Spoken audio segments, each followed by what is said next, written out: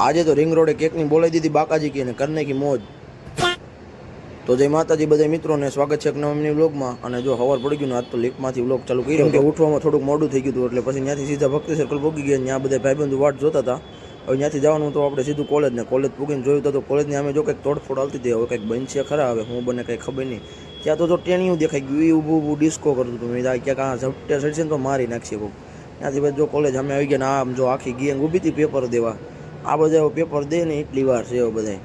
જો આ અમારી ગેંગ આખી અહીંયા બેઠી હતી, રાધે ને અસલો ને બધા, ઉત્તમ ને બધા.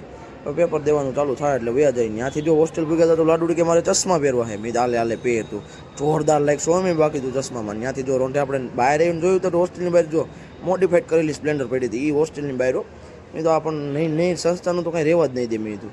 પછી ત્યાંથી જો આપણે નીકળી ગયા હતા ખેટલા અપાય. ત્યાં કોમ્પ્લેક્સ હતો, ત્યાં બેઠા હતા આપણે રિંગ રોડની સામે. કેમ કે પાર્સલ મંગાવ્યું હતું સ્વિગીમાંથી, એટલે આવે એટલે લેવાનું હતું.